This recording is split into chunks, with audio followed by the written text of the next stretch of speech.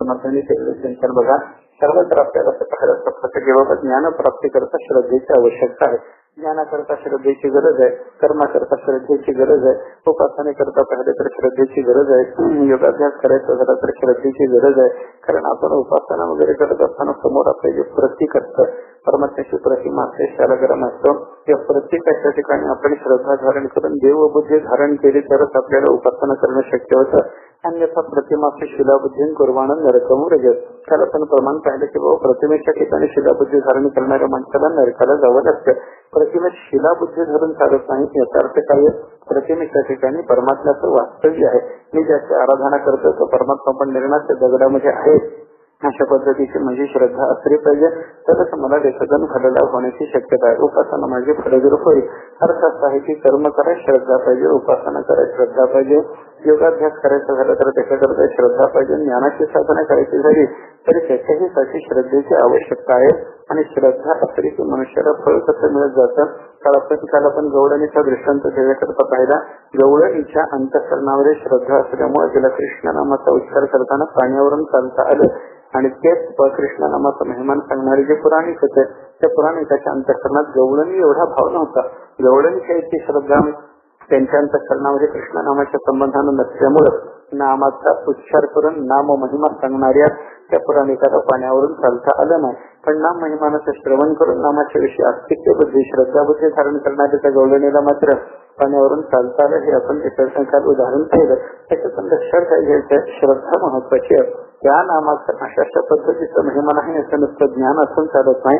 नामाच्या महिमानाचा ज्ञानाच्या नंतर नाम महिमानाविषयी आपल्या अंतःकरणात श्रद्धा असली पाहिजे. भवसागरातून तारून येणार नाम कोणाला ठाऊक नाही महाराज. संत वाङ्मयाचं त्यानं थोडंसं परिशीलन केलेलं आहे. ज्याला थोडेफार संतांचे अभंग वाचन माहिती आहे त्या प्रत्येकाला माहिती आहे की बाबा नामस्मरणाच्या योगाला भवसागरातून तरुण जाता येतं. पण भवसागरातून तरुण जाता येते शब्दाने ठाऊक झाली असलं तरी त्या नामाच्या महिमानाच्या ठिकाणी आपली असावी तेवढी श्रद्धा असते का त्याचा विचार करा. असावी तेवढी श्रद्धा नसल्यामुळे नाम आपल्याला फल देण्याच्या कामात समर्थ होत नाही असा विचार शास्त्राने सांगितलेला पाहायला सापडतो. अर्थ असा आहे श्रद्धा अत्यंत महत्वाची आहे. कोणतंही साधन करा श्रद्धा लागते. श्रद्धा नसेल तर कोणतंही साधन फलद्रूप होत नाही. श्रद्धा असेल तर सगळी साधन फलद्रूप होत आहे. म्हणून भाव असणं महत्वाचं आहे. आणि देवाच्या संबंधानं अंतःकरणामध्ये भाव धारण करण्याचा अर्थ आपण तर विचारात घेतला. देवाच्या अस्तित्वापासून श्रद्धेचा विचार आपल्याला करावा लागतो. देव आहे की नाही संकल्प विकल्प करत बसू नका. देव नाहीच म्हणत बसू नका. देव नाही म्हणणं हे देवाच्या अस्तित्वाच्या विषयी अश्रद्धा असणं आहे. बरं का.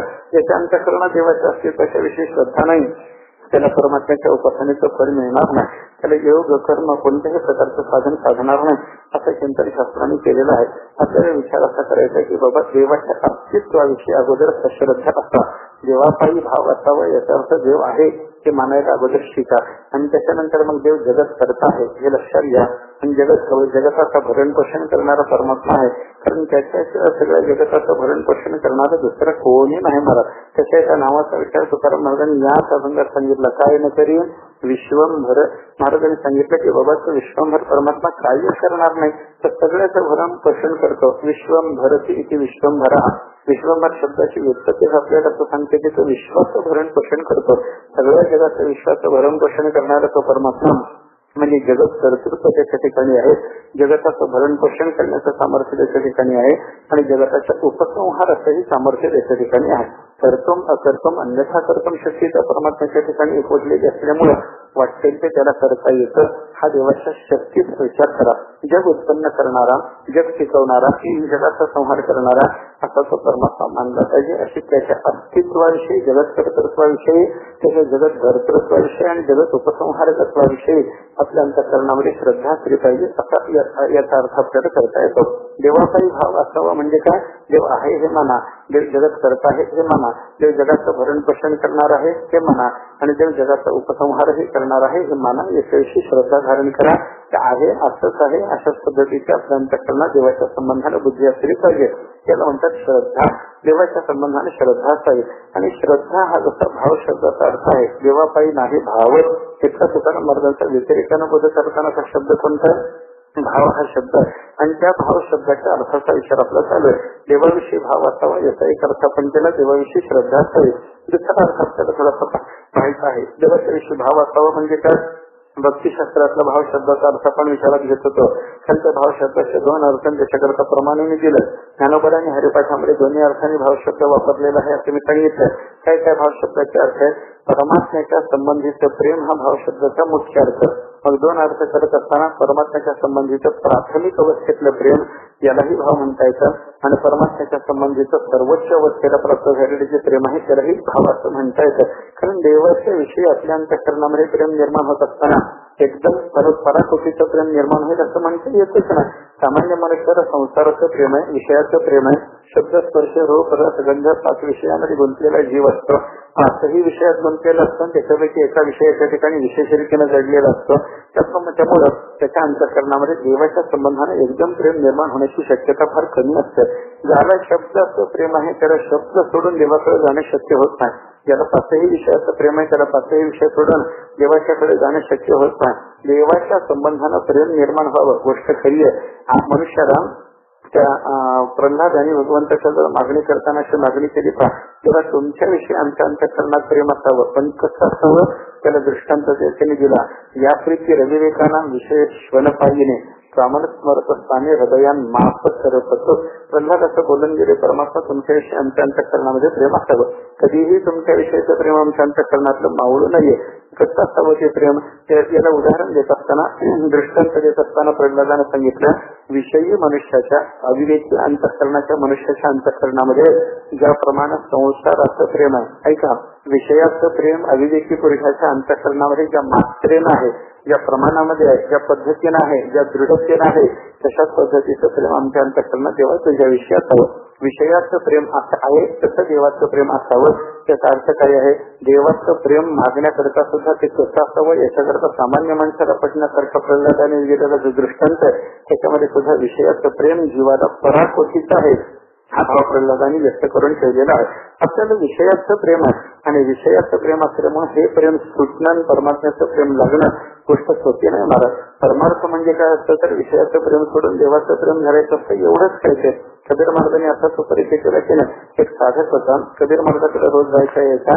एका दिवशी कबीर महाराज त्यांच्या शेतामध्ये थोडंसं काम करत होते आणि साधकाला वाटलं की बाबा आपण जावं, निवांत वेळ आहे, काहीतरी कबीर महाराजाला विचारावं, परमार्थाची साधना विचारावी. त्यांच्याकडून विचारून घेतली की साधना करावी. आला घरी चौकशी केली तर सांगितलं घरच्या लोकांनी की आताच शेतामध्ये गेलेलो आणि शेतामध्ये काही काम चालू आहे. कबीर महाराजाच्या शेतामध्ये हा साधक आल्याच्या नंतर त्यानं पाहिलं तर कबीर महाराजाचं काहीतरी काम चाललं होतं. काय काम करत होते? एक त्यांनी वाफ्यामध्ये काही बी पेरून असं रोप वाढवलेलं होतं आणि काही वनस्पतीच्या पासून जास्त करावं लागतं. अगोदर त्याचं रोप तयार करायचं मग दुसरीकडे जाऊन येऊन त्याला लावावं लागतं. असं करावं लागतं की नाही. मिरचीचं समजा आपल्याला काही पीक घ्यायचं असलं तर मिरचीचं पीक घेत असताना ज्वारी जशी पेरतात तशी एकदम मिरची पेरून मोकळे झालं असं चालत नाही. वाफ्यामध्ये आधी मिरचीचं रोप तयार करावं लागतं आणि मग ते ओळीनं लावावं लागतं. असा प्रकार मिरचीच्या बाबतीमध्ये आपल्याला पाहायला सापडतो. तसं मिरची सारखं काहीतरी रोप त्याने तयार केलेलं आणि ते त्यांच्या शेतामध्ये लावण्याचं काम त्यांचं चाललेलं होतं. वाफ्याचं रोप काढायचं, दुसरीकडे नेऊन ते ओळीनं लावायचं, असा कार्यक्रम कबीर महाराजांचा चाललेला. अशा अवस्थेचा साधक तिथे गेला. महाराजांना त्यांना नमस्कार केला आणि सांगितलं म्हणजे महाराज मुद्दाम तुमच्याकडे आलो. ते म्हणायला लागले आता काही प्रवचनाची भजनाची वेळ नाही, आपली सत्संगाची वेळ नाही. सत्संग संध्याकाळी असतो, सकाळच्या वेळ असतो. दुपारचा वेळ हा माझ्या संसाराच्या काही कामाकरता मी राखून ठेवलेला आहे बाबा. पण आलाच होतं ना, तुला काही विचारायचं म्हणतोस ना, विचार. काय विचारायचंय? कबीर महाराज त्यांना सांगितलं म्हणजे महाराज एकच प्रश्न विचारायचा. एक नाही हा विचार म्हणे, मला काही नाही. हा तू विचारायला आला, सांगायला मी तयार आहे. हा काम करता करता सांगता येतं नाही असं नाही. शरीरानं जे संसाराचं काम करावं, मन गोविंदी देह काम करीव अशी अवस्था गौडणीची जशी होती त्या पद्धतीने मी त्याच्याकडे चित्तवृत्तीचं हे संसाराचं काम करू शकतो. विचार म्हणे. काय विचारायचंय? त्या साधकाने कबीर महाराजांना विचारलं म्हणजे महाराज परमार्थ करायचं म्हणजे नेमकं काय करायचं, भगवंताचं भजन करायचं म्हणजे नेमकं काय करायचं. कबीर महाराजांनी त्याला उत्तर दिलं म्हणजे बाबा इधर से उखाडणं उधरला जाणार, किती का नाम परमार्थ आहे. परमार्थ यालाच म्हणतात म्हणजे इकडून उपटायचं आणि तिकडे नेऊन लावायचं, इकडचं उपटायचं तिकडे नेऊन लावायचं. कबीर महाराज त्याचे काय करत होते, ते मिरचीसारख्या पिकाचं जे रोप तयार केलेलं होतं ते वाट्यातून उपटत होते, दुसरीकडे रांगेला नेऊन लावत होते. त्या साधकाला पाहिलं म्हणजे महाराज एक रोप उपटतात, दुसरीकडे नेऊन ते ओळीने लावतात. एवढंच त्यांचं काम चाललेलं आहे आणि मी यांना प्रश्न विचारतो परमार्थ म्हणजे काय आणि हे उत्तर देताना मला म्हणतात इधर से उखाडणं उधरलं जाणार. अरे काय म्हणे, यांचं मन तिथं गुंतलंय, रोपं लावण्यामध्ये यांचं मन गुंतलेलं असल्यामुळे मी सांगितलेला जो प्रश्न आहे त्याने व्यवस्थित ऐकलेलं दिसत नाही आणि त्याच्यामुळे मला व्यवस्थित उत्तर देत नसेल असं वाटतं. म्हणून त्यानं पुन्हा विचारलं, म्हणजे मला सांगा की परमार्थ म्हणजे काय करायचं असतं. कबीर महाराजांनी सांगितलं, बाबा सुना नाही तुले, आतापर्यंत मी सांगत होतो तू ऐकलं नाही बाबा, इधर से उखाडना उधर लगाना इसी का नाम परमार्थ है. पुन्हा तेच उत्तर आलं आणि पुन्हा तेच उत्तर आल्याच्या नंतर मग सासरे गडबडला. त्या कार्याला असं वाटायला लागलं की म्हणजे बाबा मला असं वाटलं होतं कबीर महाराजांचे चित्त रोप लावण्यामध्ये गुंतलेलं असल्यामुळे त्यांनी माझा प्रश्न ऐकला नाही, पण दुसऱ्यांदा जेव्हा मी प्रश्न विचारतो तेव्हा सुद्धा तेच उत्तर देतात. त्याचा अर्थ त्यांचं माझ्या प्रश्नाकडे लक्ष आहे. ते काय विचारलं त्यांना नेमकं कळालेलं, त्या प्रश्नाचं योग्य समर्पक उत्तर देण्याच्या दृष्टीनं त्याने सांगितलं, इधर से उखाडना उधर लगाना इसी का नाम परमार्थ है. आता इधर से उखाडना उधर लगाना म्हणजे काय, त्याला कळे ना. मिरचीचं गप वाक्यातून उपटावून रांगेनं लावावं याला परमार्थ म्हणायचे का? त्याला परमार्थ म्हणणं शक्य नाही. कबीर महाराजांसारखा महात्मा याला परमार्थ म्हणणार नाही. मग परमार्थ म्हणजे इधर से उखाडणं उधर लगाना म्हणजे काय? कबीर महाराजांना त्याने विचारलं, म्हणजे महाराज काय चाललंय, तुम्ही हे मिरचीचं रोप उपटता तिकडं नेऊन लावता आणि परमार्थ म्हणजे काय म्हणल्याच्या नंतर उत्तर देताना इधर से उखाडणं उधर लगाना असं उत्तर देता. मला काही बोध झाला ना म्हणे, कृपा करून सांगा. कबीर महाराजांनी सांगितलं, बाबा हे रोप उपटावून तिकडं नेऊन लावावं याला परमार्थ म्हणावं एवढं म्हणणे कमी वेळानं मी तुला माझ्या या क्रियेच्या संबंधाने वाक्यप्रयोग करून तुझ्या प्रश्नाचं उत्तर दिलेलं आहे. साधो क्रियेतून त्याला परमार्थ कसा असतो हे थोडक्यात सोप्या रीतीनं सांगायचं म्हणून माझं उत्तर होतं, इधर से उखाडणं ऐका आणि उधर लगाना, इकडून उपटायचं आहे तिकडून नेऊन लावायचं म्हणजे रोप उपटायचं आणि ओढीला नेऊन लावायचं असा त्याचा अर्थ नाही. संसारातून चित्तवृत्ती अशी उपटून काढायचे आणि परमात्म्याच्या चरणाच्या ठिकाणी नेऊन रोवून घालायचे असा या परमार्थाचा अर्थ आहे. संसारातून चित्त उपटा, परमात्म्याच्या ठिकाणी नेऊन लावा. संसारात याचा अर्थ काय आहे? कबीर महाराजांचं हे उत्तर प्रल्हादानं परमात्म्याच्या संबंधाचं प्रेम कसं असावं याला दिलेल्या दृष्टांताच्या जवळ जाणार आहे म्हणून मी हे उदाहरण बोललो बरं का. तर प्रल्हादानं काय सांगितलं होतं, संसारी मनुष्याच्या अंतःकरणात विषयाचं जेवढं प्रेम आहे तेवढं प्रेम देवाच्या करण्याच्या विषयी निर्माण होणं याला भक्ती म्हणायचं. आणि हे प्रेम देवाचं हे मला ज्या हे कबीर आहे प्रल्हादाचं माझं नाही. कबीर महाराजांनी साधकाला काय सांगितलं, इधर से उखाडणं उधर न जाणं म्हणजे इथं जेवढं तुमचं चित्त संसारात बुडून आहे तेवढं ते उपटून काढायचं आणि मग तितक्याच प्रमाणामध्ये दुसरीकडे त्यांचं बुडून लावलं पाहिजे म्हणजे परमात्म्याच्या चरणाच्या ठिकाणी गुंतवलं पाहिजे. संसाराचं जेवढं प्रेम तुम्ही चित्तानं धरून होता एवढं प्रेम त्या चित्ताला परमात्म्याचं लावणं याचा अर्थ आहे इधर से उखाडणं उधर न जाणं. देवाचं प्रेम निर्माण होणं याला भक्ती म्हणतात. देवाचं प्रेम निर्माण होणं भक्ती आहे. देवाचं प्रेम निर्माण होणं कठीण आहे. का कठीण आहे? संसाराचं प्रेम मनुष्याच्या चित्ताला असल्यामुळे ते संसारातून चित्त काढणं आणि देवाच्या ठिकाणी नेऊन घालणं ते सामान्य रीतीनं माणसाला शक्य होत नाही. म्हणून देवाचं प्रेम निर्माण होणं कठीण काम आहे. अशा पद्धतीचा विचार संतांनी सांगितलेला आपल्याला पाहायला सापडतं. ते देवाविषयीचं जे प्रेम आहे याला भाव असं म्हणतात. भाव म्हणजे परमात्म्याच्या विषयीचं प्रेम. प्रेमानच प्रथमावस्था. त्या प्रेमावरले दोन प्रकार आपण काल पाहिले. एक प्राथमिक अवस्थेतलं प्रेम आहे आणि एक सर्वोच्च कोटीचं पराकोटीचं परमप्रेम ज्याला म्हणतात अशा पद्धतीचं एक प्रेम आहे. त्या दोन्ही पद्धतीनं प्रेमाचा विचार करत असताना आपल्याला भाव शब्दाची योजना दोन्ही ठिकाणी पाहायला सापडते. प्रेमाच्या प्रथम अवस्थेला उद्देशून भाव शब्दाची योजना भावी विण भक्ती भक्ती विण मुक्ती बळी विण शक्ती बोलू नये या वचनामध्ये आपण दाखवली. आणि त्याच प्रेमाची पराकोटी जी आहे प्रेमाची जी चर्मावस्था आहे त्या चर्मावस्थेला उद्देशून सुद्धा भक्तीला उद्देशून सुद्धा ज्ञानेश्वर महाराजांनी हरिपाठामध्ये भाव शब्दाची योजना केली. आपण त्याच्याकरता प्रमाण काल पाहिलं. भाव बळे आकडे येरवी नाकडे करतही आवडे त्याचा हरे असं भावे विण भक्ती इथे भाव शब्द आहे आणि भावबळे आकडे येरवी नाकडे इथे भाव शब्द आहे. दोन्ही भाव शब्द भक्तिशास्त्राच्या संबंधातले आहेत आणि एका भाव शब्दाचा अर्थ भावे विण भक्ती इथल्या भाव शब्दाचा अर्थ प्रेमाची पहिली अवस्था आणि भावबळे आकडे इथल्या भाव शब्दाचा अर्थ प्रेमाची चरम अवस्था असा आपल्याला करावा लागतो. तेव्हाविषयी भाव असावा प्रेम असावं. परमात्म्याच्या संबंधानं जर आपल्या अंतःकरणामध्ये प्रेम असेल तर सगळं चांगलं आणि परमात्म्याच्या संबंधानं आपल्या अंतःकरणात प्रेम नसेल भाव नसेल भक्ती नसेल तर प्राथमिक अवस्थेतलं किंवा सर्वोच्च कोटीचं प्रेम जर नसेल तर सगळी परमार्थाची साधना ठीक आहे असं तुकाराम महाराजांनी चिंतन केलं. तुका म्हणे अवघे ठीक भावाविण मीठ नाही अन्न देणे न्याय. महाराजांनी दृष्टांताने चिंतनात सांगितलं की बाबा अन्नामध्ये मीठ नसेल तर सगळं अन्न ठीक आहे बोला.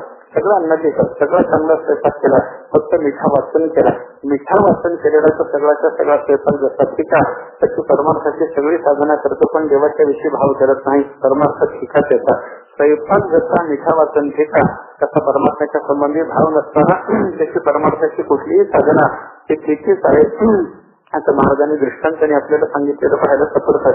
स्वयंपाकात मीठ पाहिजे, अगदी भजे केले मीठ पाहिजे, वरण केलं मीठ पाहिजे, भाजी केली मीठ पाहिजे, कोशिंबीर केली मीठ पाहिजे, चटणी केली मीठ पाहिजे, पंचामृत केला, पंचामृत म्हणजे ते देवाला घालायचं पंचामृत वेगळं असतं बरं का, आणि त्या पुरणपोळी बरोबर खायला करतात बायका ते पंचामृत वेगळं असतं. आमचे गुरुजी म्हणायचे ते असतं मिरच्यामृत, पण बायकांनी त्याला पंचामृत नाव कुठून ठेवलं देवाला माहिती, आपल्याला त्याचा विचार करायचं कारण नाही. पण ते पंचामृत केलं, मिरच्यामृत केलं, जे काही केलं असेल ते केलं, ते बहुतेक कारल्याचं असतं, त्याला अमृत म्हणायचं असतं, हा भाग वेगळा असतो ना अजून बरं का. त्या पंचामृतामध्ये मीठ पाहिजे की नाही, मीठ पाहिजे. काही करायचं नाही हो, कोणताही स्वयंपाकातला पदार्थ करायचा जर झाला, ते भात पोळी असे काही पदार्थ आहेत की त्याच्यामध्ये मीठ न घातलं तर चालतं, आणि मीठ न घातलेले असे ते भातासारखे पदार्थ देवाला नैवेद्याला वगैरे चालतात. ऐका, काही लोक भातामध्ये भात शिजवता शेवटी थोडंसं मीठ टाकतात. शिजत्या भातामध्ये मीठ टाकलं तर देव खात नाही असं वर्णन शास्त्रामध्ये आहे बरं का. म्हणून भात शिजवताना त्याच्यात मीठ टाकले ना, असे सगळ्या पदार्थामध्ये थोडं मीठ टाकलेलं आपल्याला पाहायला सापडतं. अगदी पुरणपोळीची कणिक किंबाची झाली तरी बाई त्याच्यामध्ये थोडंसं मीठ कमी करतात, टाकते बरं का. म्हणजे सर्व पदार्थामध्ये मीठ आहे. कशा करता हे मीठ घालायचं सांगा, कधी करतात. आणि मिठा वाचून झालेलं ते अन्न कसं असतं, तिचाच तुका म्हणे अवघे तिथे भावालेला. महाराजांनी मीठ नाही अन्न देणे न्याय हा दृष्टांत आपल्याला सांगितला. आणि सिद्धांत महाराज सांगायला लागले की बाबा जशी स्वयंपाकात प्रत्येक पदार्थात मिठाची गरज आहेच आहे, त्याप्रमाणे परमार्थात कुठलंही साधन करत असताना परमात्म्याच्या विषयीचं भक्तिप्रेम आपल्या अंतःकरणामध्ये असणं आवश्यक आहेच आहे. हा सिद्धांत आहे. देवाच्या संबंधी प्रेम नसेल तर सगळा परमार्थ टीका, आणि स्वयंपाकामध्ये मीठ नसेल तर सगळा स्वयंपाक टीका, असं चिंतन इथं महाराजांनी केलेलं आहे बरं का. एक तर रुक्मिणीच्या बाबतीतला दृष्टांत सांगतात. काय सर्वांनी भगवान श्रीकृष्ण परमात्म्याला एका दिवशी या 16,108 राण्यांनी आता गराडा घातला.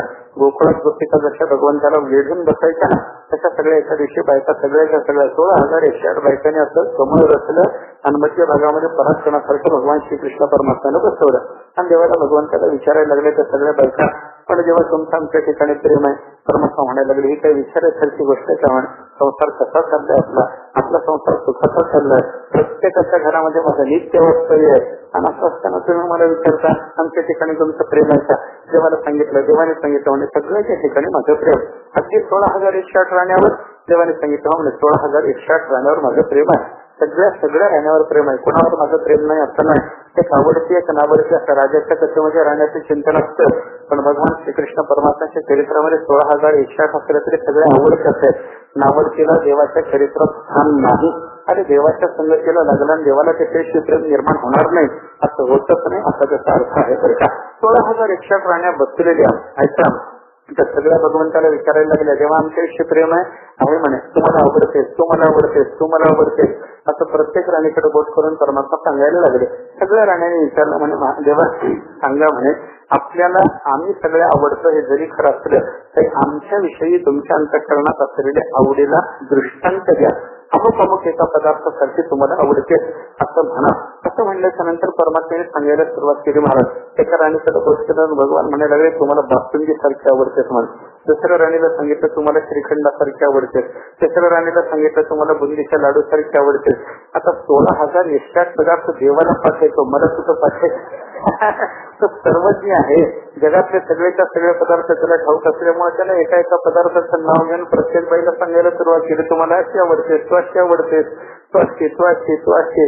प्रत्येक राणीच्या करता भगवंताने असं सांगितलं तेव्हा प्रत्येक राणीचं समाधान झालं. मी बासुंदी सारखी आवडते, वा आनंद आहे. मी श्रीखंडासारखी आवडते, ती समाधानी आहे. मी लाडू सारखे आवडते, बेसनाच्या लाडू सारखे, बुंदीच्या लाडू सारखे, खड्याच्या लाडू सारखे. सगळ्या राण्या प्रसन्न व्हायला लागल्या. शेवटी रुक्मिणीचा क्रमाडा, पहिल्यांदा केलेली रुक्मिणी ही भार्या, पण भगवंताने त्याचा क्रम शेवटी लग्न केलं. तिने विचारलं म्हणे जेव्हा सगळ्यांना तुम्ही सांगितलं तुम्ही कशी आवडतात मी कशी आवडते असं विचारल्याच्या नंतर तू अशा पदार्थासारखे या पदार्थासारखे आवडते असं प्रत्येकाला दृष्टांताला सांगितलं. माझ्याकरता काही दृष्टांत आहे की नाही देवा? देवाने सांगितलं म्हणे हो तुझ्याकरता सुद्धा एक दृष्टांत शिल्लक ठेवलाय म्हणेन तुला तुझ्याकरता सुद्धा एका पदार्थाचं नाव मी शिल्लक ठेवलेलं आहे. तेव्हा सांगा ना मी कशी आवडते? बासुंदीसाठी नाही बासुंदीचं नाव झालं म्हणे ग श्रीखंड होऊन गेलं ग. आता माझी आवड कशी आहे देवा? तुमच्या अंतःकरणावर माझी आवड कोणत्या पदार्थासारखी आहे? परमात्म्याने तिला सांगितलं म्हणजे रुक्मिणी तुम्हाला मिठासारखी आवडतेच म्हणा. रुक्मिणीला तोंड असं खडूस केलं म्हणजे जणू काही मिठाचं नाव घेतल्याबरोबर मुठभर मिठीच्या तोंडात कोणी घातले असं रुक्मिणीचं तोंड. रुक्मिणीकडे पाहिल्याबरोबर देवाने विचारलं म्हणजे रुक्मिणी असं वाटायला काय झालं म्हणे तुला वाईट वाटलं? तो मिठासारखे आवडते असा तुला दिलेला जो दृष्टांत आहे त्या दृष्टांताचं तुला वाईट वाटलं का? रुक्मिणी म्हणायला लागली काय देवा असं कुठं बोलणार असतं का? तिला म्हणजे श्रीखंड सारखे आवडतेच म्हणतात तिला तुम्ही बासुंदी सारखे आवडतेच म्हणतात तिला लाडू सारखे आवडते शब्दप्रयोग तिच्याकरता करता आणि मी कशी आवडते म्हणल्यानंतर मिठासारखे अरे हे काय उदाहरण देण्यासारखं आहे? हा दृष्टांत देण्यासारखं आहे? मला मीठ म्हणावं तेव्हा आपल्याला आवडलं नाही. तुम्ही माझ्या ठिकाणी परमप्रेम आहे सगळ्यात अधिक आवडणारी तूच आहे लक्ष्मीचा मुख्य अंश तूच आहे आणि तुलाच रुक्मिणीच्या रूपाने येण्याकरता मी अवतार घेण्याच्या पूर्वी सांगून ठेवलेलं आहे म्हणून तुझ्या ठिकाणी माझं प्रेम आहे सगळं बोललात खरंच. पण मला दृष्टांत काय दिला? मला दृष्टांत दिला त्या मिठाचा खारट मीठ त्या माणसाला विशेष आवडत असतं का? भगवंताने सांगितलं नाही रुक्मिणी मी दिलेला दृष्टांत समर्पक आहे मी काही अयोग्य बोललो नाही योग्य आहे. रुक्मिणीला काही स्पर्शेच ना महाराज. रुक्मिणीला जेव्हा ते पटलं नाही तेव्हा भगवंताने तो विषय तिथंच थांबवला. ठीक आहे म्हणजे रुक्मिणी आजचा विषय इथंच राहू दे कुठेतरी तरी तुला मिठाची योग्यता काही सिद्ध करून देतो. ते 15 दिवस देवाने जाऊ दिले. झालेल्या चर्चेचा रुक्मिणीला विसर पडू दिला आणि एका दिवशी भगवान श्रीकृष्ण परमात्म्याने रुक्मिणीच्या घरी आचार्याला सांगून ठेवलं आज स्वयंपाक सगळा चांगला करायचा 5 पक्वांना नाही 100 पक्वांना करायचे सगळा स्वयंपाक करायचा तर एकाही पदार्थामध्ये मीठ टाकायचं नाही. सर्व त्या आचार्यांना त्याच्या हाताखाली काम करणाऱ्या सगळ्या लोकांना त्यांना सूचना द्यायला सांगितले. परमात्म्याने त्याची सूचना दिली. स्वयंपाक सिद्ध झाल्याच्या नंतर भगवान श्रीकृष्ण परमात्मा येऊन जेवायला बसणार पुन्हा रुक्मिणी मातेनं पान मांडलं देवाला जेवायला बोलवल्यावर भगवान के साले भगवान म्हणायला लागले रुक्मिणी आज माझी अशी इच्छा आहे की मी एकट्याने जेवू नये आज तुझं माझं मिळून जेवण व्हावं तुझं नवरात्र बसतं ना त्याच्यामुळे मग तू मी मिळून जेवल असं भगवंताने तिला सांगितल्याच्या नंतर परमात्म्याला म्हणायला लागली ठीक आहे देवा तुमची इच्छा असेल त्याप्रमाणे होईल म्हणे. सेवक आहे तर कसंही आपल्याला वाटतील सगळेजण आपण जेवण करू. रुक्मिणी करता देवाने एक खास पान मांडायला लावलं परत तो पाच मांडला ते ताट मांडलं रांगोळी वगैरे झाली रुक्मिणीच्या पानात अन्न वाढलं. देव आणि रुक्मिणी दोघांची पानं मांडल्याच्या नंतर सेवकाने विनंती केल्यावर भगवान पानावर येऊन बसले. रुक्मिणी माता पानावर येऊन बसले. भगवंताला रुक्मिणीने सांगितलं देवा तूप सुद्धा वाढलं झालं जेवायला सुरुवात करा. त्याने कुंडली चौरदा वगैरे काय म्हणायचं असेल ते म्हणून मग जेवण करायला सुरुवात केली. परमात्मा शांत आहे. परमात्मा एकाही पदार्थाच्या संबंध जेव्हा ठाऊकच आहे मीठ त्याच्यामध्ये नाही पण काही बोलायचं नाही असं देवाने ठरवलं. परमात्म्याने भात घेतला त्याच्यात आमची वगैरे काय कालवायचे कालवले भाजी खायला लागले भात खायला लागले असं देवाचं जेवण सुरू झालं. देवाने घास घेतलेला पाहिलं रुक्मिणीने घास घ्यायचा म्हणून अगोदर आमची भातात चालवले भात तोंडात घातल्याबरोबर रुक्मिणी माता म्हणते अरे भात कसा लागायला लागला आमची कशी लागते म्हणा भाजीच थोडस बोट लावून पाहावं असा विचार करून भाजी सपक लागायला लागली. चटणी खाऊन पाहिली चटणी सपक लागायला लागली. भजे खाल्ले भजे सपक लागायला लागले. सगळं सपक जेव्हा लागायला लागलं आईने जेव्हा लागायला लागलं रुक्मिणी माता म्हणायला लागली पानात मीठ सुद्धा वाढलं नाही का? देवाने सांगितलं तर मीठ वाढायचं नाही मीठ वाढायचं नाही असं सांगितल्यामुळं मीठ काय वाढलेलं नव्हतं. तेव्हा त्यांना रुक्मिणी म्हणते मीठ आणा कोणी मीठ आणायला तयार नाही. शेवटी देवाने रुक्मिणीला सांगितलं जेव्हा हे काय चाललंय म्हणे तुम्ही निवांत जेवता. परमात्म्याने सांगितलं म्हणे मला सुद्धा जात नाही म्हणे घशाखाली अन्न उतरत नाही पण काय करू रुक्मिणी तुला परवाने दिलेला जो मिठाचा दृष्टांत होता तो आवडला नाही ना या स्वयंपाकामध्ये मीठ नाही म्हणे. सगळा स्वयंपाक चांगला आहे बाकी सगळे पदार्थ चांगले मिठा वाचून सगळं जे काही स्वयंपाकामध्ये घालायला पाहिजे ते यथाप्रमाणे झालेलं जसं ज्या पदार्थाचं प्रमाण पाहिजे तेवढ्या प्रमाणामध्ये ते सगळे पदार्थ घातलेले पण हे सगळं अन्न आपल्याला रुचकर लागत नाही. काय कारण याच्यामध्ये मीठ नाही.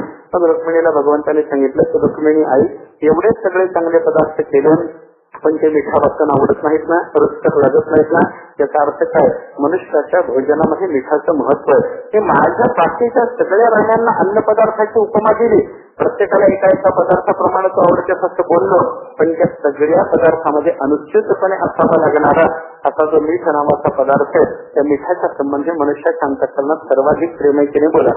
श्रीखंड मनुष्याला मिळालं, श्रीखंड मनुष्य खाईल, त्याच्यात काही वावलं आहे असं ना, बासुंदी मिळाली बासुंदी खाईल, पण बाकीच्या खमंग म्हणून असलेल्या पदार्थामध्ये जर मीठ नसेल तर तो पदार्थ आपल्याला सेवन करणं शक्य होतं का? बरं, नुसतं श्रीखंड दिलं, नुसती एखाद्याला बासुंदी दिली सांगितलं बासुंदीच पिऊन राहू शकतो का? त्याला बासुंदी दिल्याच्या नंतर तो म्हणतो तोंडी लावायला तरी काही द्या, चटणी तरी द्या, थोडस लोणचं तरी द्या, थोडी भाजी तरी द्या, अरे आमचीचा फुरका तरी मारू द्या, त्याच्याशिवाय ते खाणं त्याला शक्य होतं का? शक्य होत नाही. म्हणजे मधुर पदार्थाचं सेवन जरी असलं तरी मीठयुक्त पदार्थाच्या सेवनाच्या संगतीनंच ते चांगलं लागतं. आणि बाकीचे खमंग पदार्थ तरी मिठाच्या शिवाय योग्य लागतच नाही. म्हणजे सर्व पदार्थामध्ये मिठाची जशी आवश्यकता, मिठापासून अन्न जसं फिकं, त्याप्रमाणे रुक्मिणी तुझ्यापासून माझा सगळा संसार फिका असं मला सांगायचं आहे. असं परमात्म्याने रुक्मिणीला जेव्हा सांगितलं तर रुक्मिणीला आनंद झाला. मग ते म्हणायला लागले, हा आता देवा समाधान झालं म्हणे. म्हणजे मिठाचा दृष्टांत रुक्मिणीला दिला, याच्यात गैर काय नव्हतं, चांगलंच होतं. तोच दृष्टांत तुकाराम महाराजांनी अत्यंतकरणात भक्ती असलीच पाहिजे याच्याकरता दिलाय. तुका म्हणे अवघे तिथे भावा देणं, मीठ नाही अन्न तेने न्याय. मिठा वाचून असलेलं अन्न जसं तिखट तसे परमार्थाची सगळी साधना ही भक्तीच्या शिवाय, परमार्थाच्या संबंधी आपल्या अंतःकरणात असाव्या लागणाऱ्या प्रेमाच्या शिवाय किती भीती आहे अशा पद्धतीचं चिंतन महाराजांनी केलेलं आहे. अंतःकरणात भाव पाहिजे, देवाच्या संबंधीचं प्रेम पाहिजे.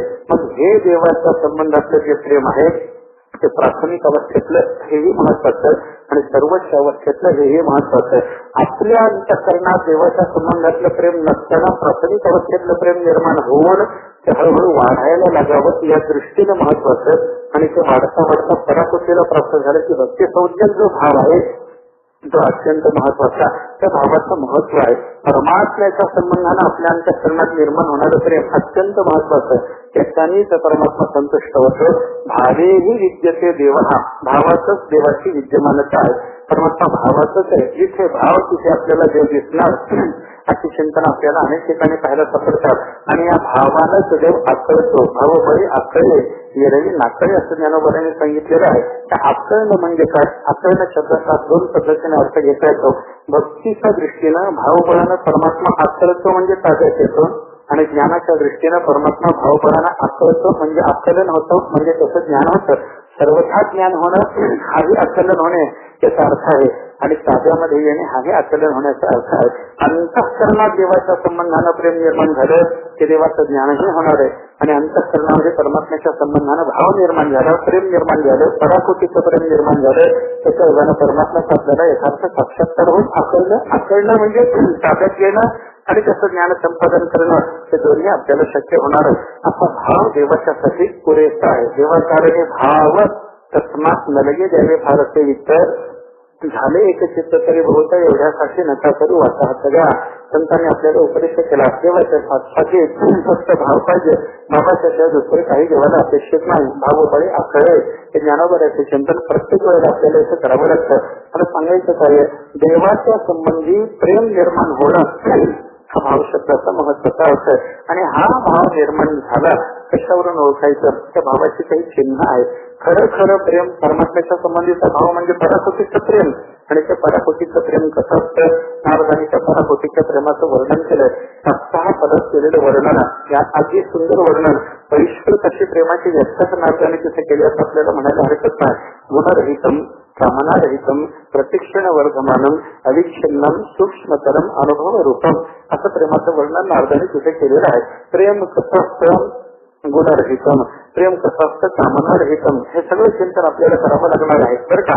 देवाच्या संबंधी अंतःकरणात भाव पाहिजे म्हणजे गुणरहित प्रेम पाहिजे. देवाच्या संबंधी अंतःकरणामध्ये भाव पाहिजे म्हणजे कामनारहित प्रेम पाहिजे.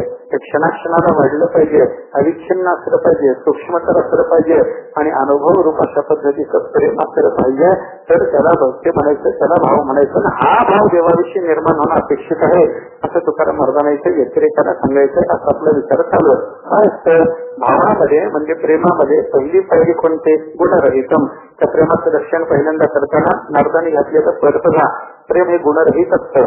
गुण पाहून केलेलं प्रेम. ऐका, आपण एखाद्या व्यक्तीच्या ठिकाणी प्रेम करत असलं तर तो त्याचं गुण पाहून त्याच्या ठिकाणी प्रेम करणं चालतं. ज्याच्या गुणाकडे पाहून आपण प्रेम करू लागलो ते आपलं प्रेम गुणावरचं प्रेम होतं, व्यक्तीवरचं प्रेम ठरत नाही. ऐका, एखाद्याला चांगलं बोलता येतं म्हणून त्याला आपण कीर्तनाला बोलवतो, एखाद्याला चांगलं वाजवता येतं म्हणून त्याला आपण सन्मानानं मृदंग वाजवायला बोलावतो, एखाद्याला चांगलं गाता येतं म्हणून त्याला चांगलं गायन करता येतं म्हणून आपण जर गायनाकरता बोलावलं असेल, त्याच्याविषयी प्रेम आपल्या अंतःकरणात आहे.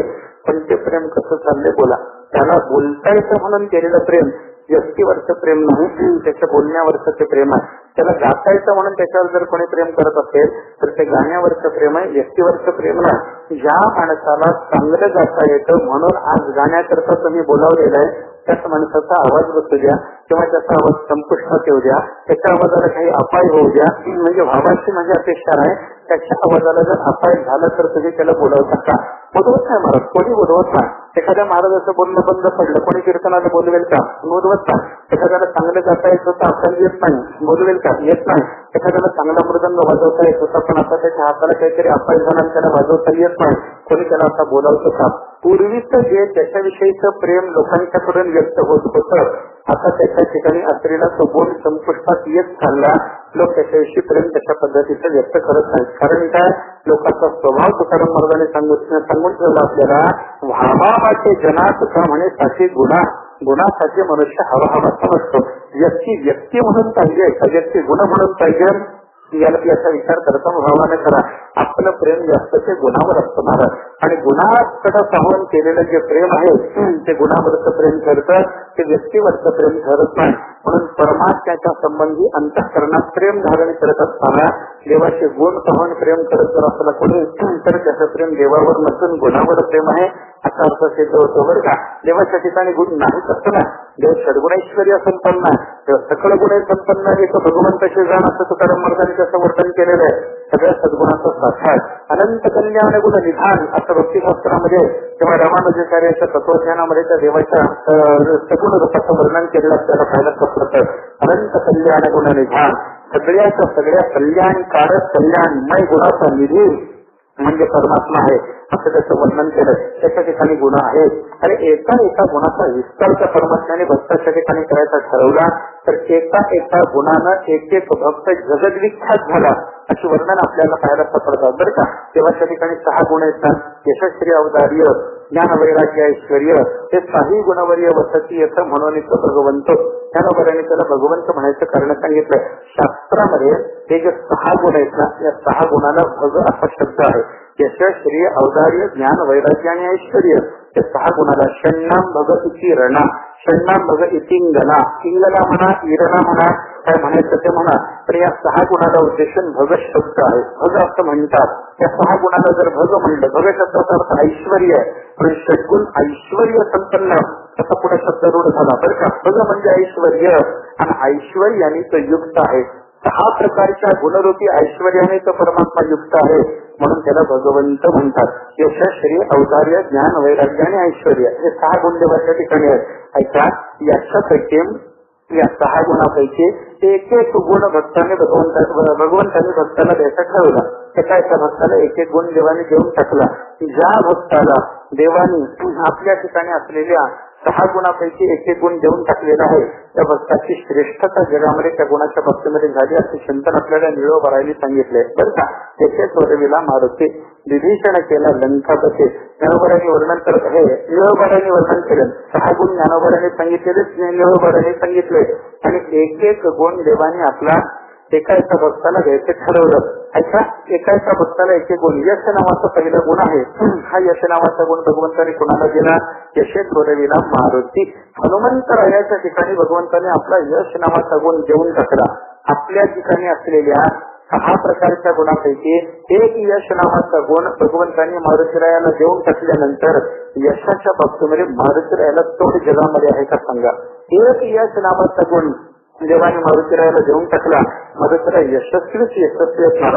आध्यात्मिक आपत्ती असली तरी यशस्वी, आदिभौतिक संकट आलं तरी यशस्वी, आणि आध्यात्मिक आदिभौतिक आधी शारीरिक असं कोणतंही संकट आलं तरी मारुतीरायाच्या बाबतीमध्ये अपयशाचा विचार नाही. अर्जुनाच्या बाबतीमध्ये जसं ज्ञानोबारांनी वर्णन केलं ना, तिजे निनाने अपयशी लंघीची दिशा, अर्जुनाचं नाव घ्यावं, अपयश दिशेला जावं, आपल्याला बरोबर यश प्राप्त होतं. कारण काय, अर्जुनाने आपल्या ठिकाणी आहे, भगवंताने आपल्या ठिकाणी असणाऱ्या यश नावाच्या गुणाचं वितरण अर्जुनाच्या ठिकाणी अंशतः केलेलं आहे. अंशतः देवाने मारुतीला यश दिलं, यशाच्या बाबतीत मारुतीला जगात तुलना नाही. अंशतः यश अर्जुनाला दिलं, अर्जुनासारखा जगाकडे विजयी कोणी नाही. असं आपल्याला बाहेर सापडत काय त्या गुणाची मात्रा देवाच्या ठिकाणी असेल आणि आपल्या ठिकाणी असलेल्या अनेक गुणापैकी एका गुणाची एक मात्रा, एक लव, एक लेश मात्र तो भगवंत एका भक्ताला देतो आणि त्या गुणाच्या बाबतीमध्ये तो भक्त जगामध्ये ख्यातकीर्त होतो. त्याच्यासारखा त्या गुणाच्या बाबतीमध्ये दुसरा कोणी समर्थ ठरत नाही. असं चिंतन आपल्याला पाहायला सापडतं. असा देव सगळ्या गुणांनी संपन्न आहे, यश संपन्न आहे. भगवंताच्या ठिकाणी श्री नावाचा दुसरा गुण आहे लक्ष्मी, ऐश्वर्य. ऐश्वर्य भगवंताने कुणाला दिलं, विभीषण केलं लंकापती, यशश्री. त्याच्यानंतर औदार्य, औदार्य देऊन करणाहाती कीर्ती दिगंती फिरविली. ज्ञान, ज्ञानी बोधीला चतुरानन, बर का. वैराग्य, सुखाचे बोधन, ज्ञान दिलं चतुराननाला, ब्रह्मदेवाला वैराग्य सांगितलं, वैराग्य देऊन टाकलं शुकाचार्याला. यशस्वी, औदार्य, ज्ञान, वैराग्य आणि शेवटचं ऐश्वर्य नावाचा जो गुण आहे तो भगवंताने अर्जुनाला पांडवाला समर्पण केलं असं वर्णन व्यवहार करतात. असं द्या, आपल्याला विचार काय करायचा, एक एक गुण एका एका भक्ताला भगवंताने दिल्याच्या नंतर तो भक्त जगामध्ये त्या गुणाच्या बाबतीमध्ये सर्वश्रेष्ठ ठरला. अंशतः गुण घेऊन सर्वश्रेष्ठ जगात जर ठरू शकतो तर हा गुण अंशी रूपामध्ये ज्या परमात्म्याच्या ठिकाणी राहत असेल त्या परमात्म्याचं चिंतन आपल्याला वैयक्तिक ज्ञान करण्याच्या चिंतन. विचार करा, आता यशस्वी, औदार्य, ज्ञानवैराग्य, ऐश्वर्य अशा गुणाने संपन्न, अनंत कल्याण गुण निधान, अत्यंत सुंदर स्वरूप, हे सगळं जरी झालं तरी या गुणाकडे पाहून जर कोणी देवावर प्रेम करू लागला, आपला मोठा हे देवाचे गुण पाहून देवावर कोणाचं प्रेम करणं चालू जर झालं तर ते देवावरचं प्रेम आहे की गुणावरचं प्रेम आहे? सांगा. गुणावरचं प्रेम आहे. देव यशस्वी म्हणून देवावर प्रेम केलं, देवावरचं प्रेम नाही मारत. देव उदार म्हणून देवावरचं प्रेम करणं चालू झालं तर देवाच्या औदार्यावरचं ते प्रेम ठरलं, देवावरचं प्रेम ठरत नाही. यश, श्री, औदार्य, ज्ञान, वैराग्य, देवाच्या ठिकाणी ज्ञान आहे, देवाच्या ठिकाणी वैराग्य, देवाच्या ठिकाणी ऐश्वर्य, हे जाणून कोणी प्रेम करू लागला तर ते गुणावरचं प्रेम ठरतं, ते देवावरचं प्रेम ठरत नाही. खरं प्रेम कसं असतं, गुणरहित. देवाच्या ठिकाणी गुणरहित भाव आपण धारण करावा. म्हणजे देवाचे गुण पाहू नये. गुण चांगले असतील, वाईट असतील, काही चांगले गुण असतील तरच आपल्याला देव मान्य आहे आणि वाईट गुण असतील तर देव आपल्याला मान्य होईल का? मान्य होत नाही. तर संतांची भाषा बघा, संत महात्म्याने देवाच्या अनंत कल्याण गुणाचं वर्णन जसं केलंय तसं देवाचे काही वेळेला संतांनी वाभाडे करताना दोषही सांगितले, पण दोष जरी सांगितले, ऐका, त्याचे गुण जरी आपण नाही असं सांगायला लागले संत महात्मे तरी प्रेम कमी झाले का? त्याला यशस्वी म्हणत असताना सुद्धा तुकाराम महाराजांचं तेवढंच प्रेम आहे आणि त्याला गांध्या म्हणत असताना सुद्धा तुकाराम महाराजांचं देवावर तेवढंच प्रेम आहे. ऐका, गांध्या तरी भावाचं अंकित, दोष चांगलं चालू झालंय, गांध्या तरी भावाचं अंकित, बराई तरी उच्छिष्टाची प्रीत, मंगळ तरी कुच्छेशिरत, ध्यानानंत बहुपापा. तुकाराम महाराज देवाचं वर्णन करतात आणि वर्णन म्हणजे काय, हे सगळं निंदा करणं देवाचं चालू झालं, देवाचं दोष चांगलं चालू झालं. जे गांध्या आहे, गांध्या म्हणजे ध्यान आहे, गांध्या तरी भावाचा अंकित, तो भाव भक्तीचा अंकित होत राहतो तेवढा तो दुर्बल आहे. गांध्या शब्दाचा अर्थ दुर्बल करा, तो दुर्बल आहे. आता दुर्बलचा हा गुण आहे का? ऐका, दुर्बलचा गुण आहे का? झोपूनचा दुर्बलचा गुण आहे का? नाही, दुर्बलचा हा दोष आहे. गांध्या तरी भावाचा अंकित, बराई तरी उच्छिष्टाची प्रीत, मंगळ तरी कुच्छेशी रत. मंगळपणा गुणायचा, बराईपणा गुणायचा आणि ध्यान अनंत बहुपापा. अनंत हा झाड आहे, पापाला तो फार घाबरतो. ते सगळं तुकाराम महाराजांनी केलेलं वर्णन बघा. या वर्णनाचा अर्थ करायला लागलो आपण तर या वर्णनामध्ये गुणाचा विचार आपल्याला करता येत नाही. त्याला गांधा म्हणलं गुण नाही, त्याला बराडी म्हणलं गुण नाही, त्याला ओंगळ म्हणलं गुण नाही आणि त्याला ध्यान म्हणलं हा सुद्धा गुण नाही. असं आपल्याला चिंतन करावं लागतं. आपल्याला विचार काय करायचा, तुकाराम महाराज देवाला यशस्वी म्हणतात, पराक्रमी म्हणतात, त्याला वीर म्हणतात, काही वेळेला तेवढेच प्रेम करतात आणि गांध्या म्हणतात तरी त्यांचं तेवढंच देवावर प्रेम आहे हे आपल्याला पाहायचं आहे. बरं का, गांध्या म्हणून आणि यशस्वी म्हणून, गांध्या म्हणून आणि वीर म्हणून, ध्यान म्हणून आणि निर्भय म्हणून, अभयमय जनक प्राप्त असते, परमात्म्याचे चलन कमल अभय आहेत, असं त्याचं वर्णन केलेलं आहे. परमात्मा अभय आहे हेही वर्णन आणि तो अत्यंत भ्याड आहे, कपाडाचं घाबरतो, असं त्याचं केलेलं वर्णन. त्या दोन्ही वर्णनाच्या प्रसंगात ऐका, त्याला भ्याड म्हणताना आणि त्याला अभय स्थितीचा म्हणताना, अभय रूप म्हणताना त्याच्या ठिकाणी संतांच्या प्रेमामध्ये काही गरजम भाव आहे का? नाही महाराज. परमात्मा निर्भय हे कळाल्याच्या नंतर आपलं ज्या पद्धतीनं प्रेम करणं चालू होतं, परमात्मा घाबरत आहे ते ऐकल्याच्या नंतर आपल्या अंतःकरणात तत्व प्रेम राहील का? राहत नाही. परमात्मा अभय हे ऐकताना प्रेम आहे, पण घाबरत हे ऐकल्याच्या नंतर प्रेम राहत नाही. परमात्मा पोंगळ हे ऐकल्याच्या नंतर प्रेम राहत नाही. परमात्मा गांध्या हे ऐकल्याच्या नंतर आपल्या अंतःकरणामध्ये देवाच्या विषयी प्रेम राहण्याची शक्यता नाही. पण तुकाराम महाराजांसारख्या भक्त महात्म्याचं देवाविषयी प्रेम, यशस्वी औदार्य, ज्ञानवैराग्य ऐश्वर्य हे काही गुणवर्य वसती येतं म्हणून तो भगवंत हे ऐकलंच तरी तेवढंच प्रेम आहे. आणि गांध्या तरी भावात सांगते तर बराडी तरी उच्छिष्टाची प्रीत, पोंगळ तरी कुठेश्वर ध्यानानंत भाऊ पापा हे ऐकलं तरी तेवढंच प्रेम आहे. परमात्मा कृपाळू आहे, कलमाळ कृपाळू असंही वर्णन कसं केलं तर तेवढंच प्रेम आहे. आणि त्याच परमात्म्याचं वर्णन करताना तुकाराम महाराज वर्णन करतात, हरित निष्ठुर निर्गुणा नाही माया बहु कठीण नहेचे करित्यान कवणे नाही केले ते देवा. फार निष्ठुर असले देवा. काय निष्ठुरपणा? परमात्म्याच्या निष्ठुरतेचा विचार सांगण्याकरता तुकाराम महाराजांनी आपल्याला त्या अभंगामध्ये 6 दृष्टांत सांगितले. एक हरिश्चंद्राचा दृष्टांत, एक नरदमयंतीचा दृष्टांत, एक शिबिराजाचा दृष्टांत, एक कर्णाचा दृष्टांत, एक बलिराजाचा दृष्टांत, एक श्रीयाळाचा दृष्टांत. एका एका चरणामध्ये एका दृष्टांताचं चिंतन सांगून देवाचा निष्ठुर प्रभाव तुकाराम महाराजांनी सदृष्टांत, सप्रमाण, सद इतिहास आपल्या डोळ्यासमोर मांडण्याचा प्रयत्न केलेला महाराज वर्णन करतात. घेऊन हरिश्चंद्राचे वैभव, राज्य घोड्याचे सर्व, पुत्र पत्नी जीव डोंबा घरी ओपविली. अरे हरिश्चंद्राचं सगळं वैभव काढून घेतलं तर तुझं भजन करणारा जेव्हा त्या भजन करणाऱ्या हरिश्चंद्राला तो डोंबाच्या घरी जेव्हा काम करायला लावलं, निष्ठुर म्हणू नको तुला. नरदमयंतीचा योग बिघडीला त्यांचा संघ, ऐसे जाणे जग पुराणेही बोलती. जगालाही ठाऊक पुराणालाही ठाऊक जेव्हा नरदमयंती दोघेही तुझ्याविषयी अत्यंत भक्तिभाव संपन्न आहे, पण त्यांचा वियोग तू घडवला, त्यांचा संघ बिघडून टाकला, असं देवाचं केलं. असं कार्य निष्ठुरेच म्हणूनच ना कर्ण भेटतात समरंगणी बाणी व्यापी रणी मागची पाडणी त्याचे जात आहे. भगवंताच्या वर्णनामध्ये देवाला तुकाराम महाराज बोलायला देवा, अरे कर्णाच्या ठिकाणी तो तुझा भक्त म्हणून तुझा एक अवतार्य नावाचा तो गुण स्थापित केला.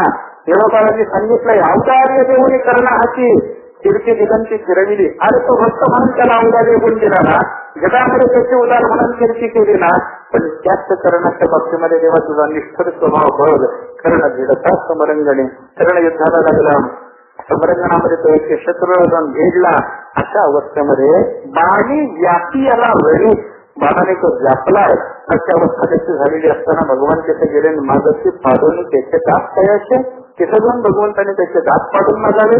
काय देवा निष्ठुरेच की नाही. बघ बरं हे उदाहरण काय सांगतात. काय झालं त्या कर्णाच्या बाबतीत असं वर्णन आहे. कर्ण युद्ध करत होता. युद्ध करता करता अर्जुनाच्या बरोबर त्याचे युद्ध चालू असताना त्याच्या रथाचं एक ताल जमिनीमध्ये रुतलं. त्याला तो शाप होता आणि त्या शापाच्या योगाने त्याला युद्ध चालू असताना त्याच्या रथाचं चाकू रुतलं. त्या रथाचं चाक काढावं आणि युद्धही चालू ठेवावं अशी दोन्ही प्रकारची जबाबदारी कर्णावर येऊन पडल्याच्या नंतर कर्ण रथातून खाली उतरला. एका हाताने तो रथाचं चाक काढतोय आणि एकच हात त्याला आता युद्ध करण्याकरता शिल्लक आहे. जमिनीत रुतलेल्या रथाचं चाक काढायचं मध्ये काढण्यामध्ये त्या क्रियेमध्ये एक हात गुंतला. एका हातात डाव्या हातात धनुष्य पकडलेलं, डाव्या हाताने धनुष्याचं खाली ठेवावं, मागचा भाच्यातला बाण काढून द्यावा, तो बाण दातात करावा, धनुष्य आता डाव्या हातात धरून पुन्हा प्रत्यंच्यावर त्या बाणाची योजना करावी आणि दाताने प्रत्यंच्यावरून कर्णाने बाण सोडावा. असं कर्णाने युद्ध सुरू केलं. भगवंताने काय विचार केला त्याचं हेही युद्ध थांबलं पाहिजे. दाताने हा प्रत्यंच्या ओढतो ना म्हणजे ते दात पाडले पाहिजे असा भगवंताने विचार केला. कर्ण भिडता समरंगणी बाणी व्यापीला रणी, बाणाने तो व्यापलेला होता. अशा अवस्थेत भगवान तिथे गेले, एका ब्राह्मणाच्या रूपात गेले आणि परमात्म्याने त्याला सांगितलं म्हणे काय करणार, तुझं नाव ऐकून तुझ्यात राहिलं म्हणे. काय म्हणणार उद्या नाही म्हणे, तू फार उदार उदार म्हणून ऐकलं नाव तुझं. कधीतरी तुझ्याकडे जावं, तुझ्यापासून काही दान मागावं अशी बऱ्याच दिवसापासून इच्छा होती, पण यायला उशीर झाला म्हणे. आता या युद्धामध्ये तो जगण्याची शक्यता दिसत नाही. आणि आता मला काही तुझ्यापासून दान मिळत नाही बाबा, विफल मनोवृत्तीनं मला इथून जावं लागतं की काय, अशी शंका यायला लागली. कारण आम्ही त्याला सांगितलं, आणि भुजबळ तुम्ही मला सांगा, माझ्याजवळ असं काही जर असेल, जे काही माझ्याजवळ आहे त्याच्यातून तुम्हाला जे काही अपेक्षित असेल ते तुम्ही मागा, मी द्यायला तयार आहे. ते द्यायला तयार आहे म्हणल्याबरोबर याने काय सांगावं, नाही ते कर्णाच्या 2 दाताला समोरच्या काही सुवर्ण लावलेलं होतं म्हणे, त्याचे 2 दात सोन्याचे होते, ते सोनं लावलेलं होतं. ते जुन्या काळामध्ये लोक करत होते का, दाताचं सौंदर्य वाढावं याच्याकरता दाताला सुद्धा सोनं लावायचं. आता त्याच्यानं सौंदर्य वाढतं का जातं ज्याच्या काळाचा विचार आहे. आपण कसं चिंतन करू शकत नाही. असं टोपण करून दाताला सोन्याचं टोपण लावायचं काही लोक काय करायचं, दाताला भोग पाडून त्याच्यात सोनं बसवायचं. त्याच्याकरता एवढा अट्टास कोण जाणे, पण असं होतं. ते कर्णाच्या दाताला असलेलं सोनं देवाने त्याच्या लक्षात आणून दिलं. एवढं जरी दिलं तरी माझं काम भागतं असं सांगितल्यावर कर्णाने तिथं एका दगडावर आपलं तोंड दाखवलं, ते दात काढले आणि ते दात भगवंताला त्यांनी समर्पण केले. मग प्रत्येकच्या ओढायचं दाताचं काम संपलं. कर्णाला मरावं लागलं. असा पुढचा विचार आहे.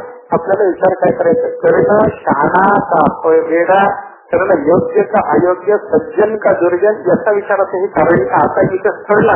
आपल्याला चिंतन काय करायचंय, निरोधारायाच्या प्रमाणाचा विचार केला तर परमात्मा आपला औदार्य नावाचा गुण कर्णाच्या ठिकाणी स्थापन करून त्याची जगामध्ये उदार म्हणून कीर्ती करून घेतो.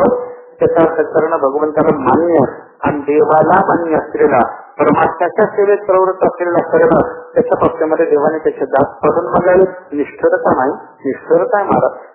बळी सर्वस्व उदार, जेणे उभारीला करून कहार पाताळी घातला आणि त्या बळीला भगवंतांनी पाताळात घातलं. देवाचा निष्ठुर पण नाहीये, निष्ठुरपणा आहे. श्रीयावाचे घरी धरणे मांडलेले मुराडे, मारविले तरी त्याचे मारचे हाती. आणि त्या श्रीयावाच्या घरी जाऊन त्याचं पोरग मारून जेव्हा तुम्ही मागितलं, त्याच्या हाताने त्याला त्याचं स्वतःच पोरग मारायला लावलं. जेव्हा निष्ठुर हातीने बोला. 6 दृष्टांत झाले आणि हे 6 दृष्टांत दिल्यानंतर तुकाराम महाराज शेवटच्या चरणात असं बोलले, तुझं भावे जे भजती त्यांच्या संसार आहे गती, हा पण आहे रे पुढची तुका म्हणे करी तिथे. महाराजांनी वर्णन असं केलेलं की जेव्हा तुझ्या तुला भक्तिभावाने जे भजतात त्यांच्या संसाराची ही गती तू करतो. मग देवानं ही गती केली. त्याच्या 6 दृष्टांतातून आपल्याला पाहायला मिळतं. त्याचा तात्पर्य अर्थ काय, हरितून निष्ठुर निर्गुण कनमाळू कृपाळू भक्ताला जे मोही, हे वर्णन देवाचं तिकडे ऐका. मित्रांनो, विरुद्ध वर्णन आपल्याला सांगायला लागलो. एक कनमाळू कृपाळू म्हणून केलेलं देवाचं वर्णन आणि दुसरं भगवंताचं वर्णन आहे तर निष्ठुर निर्गुण म्हणून केलेलं वर्णन. ऐका, कनवाळू कृपाळू हे परमात्म्याचे गुणविशेष ऐकल्याच्या नंतर सामान्य माणसाला जसं प्रेम निर्माण होतं, हरित निष्ठुर निर्गुण ऐकल्यानंतर ते प्रेम राहील का, राहत नाही. पण तुकाराम महाराजांच्या अंतःकरणाची स्थिती बघा. हरित निष्ठुर निर्गुण म्हणताना तेवढंच प्रेम आहे, कनवाळू कृपाळू म्हणताना तेवढंच प्रेम, आणि हरित निष्ठुर निर्गुण म्हणताना देवाच्या ठिकाणी त्यांचं तेवढंच प्रेम आहे. विचार करा, भक्त महात्मे काही वेळेला परमात्म्याच्या दोषाचं वर्णन करतात. गुणरहिततेने त्यांचं प्रेम कसं चालतं याच्याकरता म्हणून मी बोलायला लागलो. सांगतात ते तरी माझ्या आवडीचा तोच परमात्मा ही त्यांची भाषा असते. मध्ये एकदा आपण पाहून आलेलं वचन आहे, मधुसूदन सरस्वतीने स्वतःचा अधिकार सांगून देवानी त्याच्याकडे आपल्याला जे ओढून घेतलं त्याचं वर्णन करताना सांगितलंय, अद्वैत वीथीपती काही रूपास्य स्वराज्य सिंहासन लब्ध दीक्षा शथेन केला की वयम हाथेना दास्ती कृता गोपवधू विधेना. मधुसूदन सरस्वती सांगतात, मी सामान्य नाही म्हणत, अद्वैत मार्गाने जाणाऱ्या सगळ्या साधकाने माझी उपासना करावी ही माझी योग्यता आहे. ब्रह्म साम्राज्याचा मी अधिकारी आहे, कैवल्य साम्राज्य चक्रवर्ती ही माझी पदवी आहे, या योग्यतेचा मी आहे. पण असं असताना सुद्धा एक कोणीतरी कपटी असं आहे की त्यानं गोपवधूशी व्यभिचार करून सुद्धा एवढ्या मोठ्या मला त्याच्या स्वतःच्या दास्यामध्ये प्रयुक्त करून घेतल्यामुळे आपल्याला विचार काय करायचा. मधुसूदन सरस्वती देवावर प्रेम करतात, देवाच्या दास्यात गुंतले, देवाच्या दास्यात गुंतलेले मधुसूदन सरस्वती देवाचं वर्णन काय करतात बघा. शत म्हणतात, शतशब्दासारखं कपटी असतात. गोपवधू हित म्हणतात, म्हणजे गोपवधूशी व्यभिचार करणारा म्हणतात. आता गोपवधूशी व्यभिचार करणारा गुण आहे, हे गुणाचं वर्णन आहे. शत म्हणलं त्याला कपटी म्हणलं, गुणाचं वर्णन आहे का. शत म्हणलं गोपवधूशी व्यभिचार करणारा म्हणलं, पण असं असून सुद्धा दास्यकृता हा आम्हाला त्यांना आपल्या स्वतःच्या दास्यामध्ये नियुक्त करून ठेवलेला आहे. मधुसूदन सरस्वतींनी केलेलं वर्णन बघा. शठ म्हणून त्याचे जा मधुशी विचार करणारा म्हणून सुद्धा आम्ही त्याचे आहोत असं म्हणण्यामध्ये मधुसूदन सरस्वतींना वाटणारी धन्यता बघा. अनेक भक्तांची उदाहरणं आपल्याला असे सांगता येतात की या भक्तांनी गुण जसे देवाचे पाहिजे तसे देवाचे दोषही पाहिले, दोषाचंही वर्णन केलंय. पण गुणाचं वर्णन करताना जेवढं प्रेम आहे किंवा त्याच्यापेक्षा अधिक प्रेम देवाच्या ठिकाणचे दोष पाहिले त्यानंतर भक्ताच देवाच्या ठिकाणी जर असेल तर खरं प्रेम कसं असतं सांगा. गुणरहितम, गुणाच्या अपेक्षे वाचन केलं जाणारं जे प्रेम आहे ते खरं प्रेम आहे. असुंदर सुंदर शेखरोवा गुणैर्विहीन गुणेनाम बरोवा जेशी नैत्या तरुणां बिर्वा श्यामस्त देवाच्या गतिर्ममायम. राधेच्या मुखातले शब्द आहेत सगळे. काय झालं त्या राधेची सखी होती ललिता.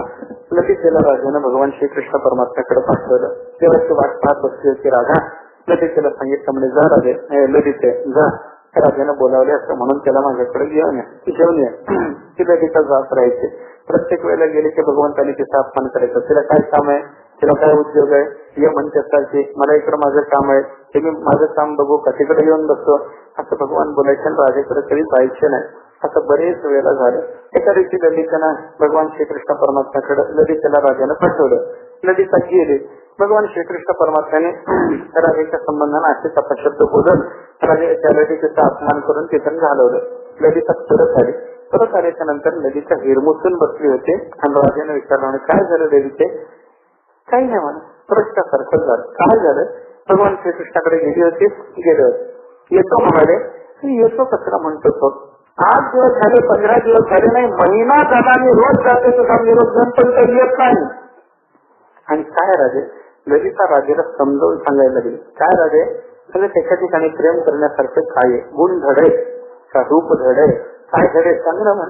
अगं रूपाचा विचार जर केला रूप धडे का काळा म्हणले त्याला संतांनी. फैताची काळा अनादी भाऊ काळा फैताची काळा. तर काळा म्हणल्यावर त्याचं वर्णन करत असताना काळा हे त्याचं आमची गुरुजी फार विनोदाने गमतीला सांगायचे. तुकाराम महाराजांना आम्ही विचारायला गेलो म्हणे तुमचा जीव कसा आहे सुंदर आहे का कसा आहे. तुकाराम महाराजांनी सांगितलं सुंदर ते झाण उभे विटेवरी करकटावरी ठेवून या. सुंदर ते झाण म्हणून वर्णन केलं खरं.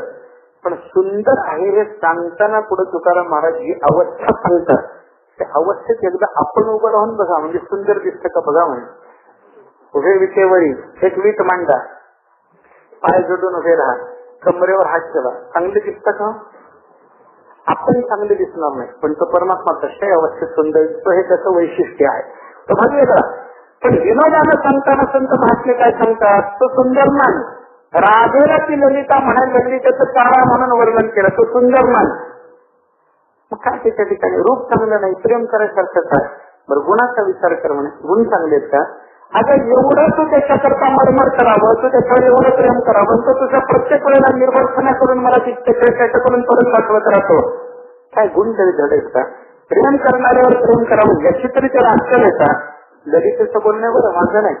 हा नाहीतर ते आपलं आपण जर असे शब्द बोलले तर आपल्याला पापच लागेल.